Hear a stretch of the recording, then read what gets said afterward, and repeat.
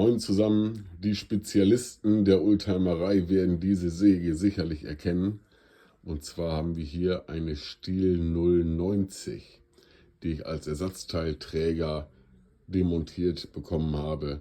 Und diese Säge werden wir in den nächsten Videos, 2, 3, 4 werden es vielleicht werden, einmal komplett restaurieren, weil der Zustand doch wirklich sehr, sehr schlecht ist.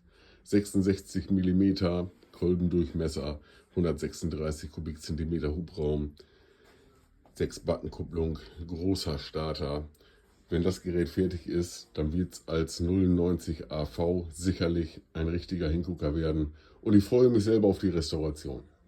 Also Jungs, abonniert meinen Kanal, wenn ihr dabei sein wollt, um zu schauen, was hier eine schöne Säge draus entstehen kann.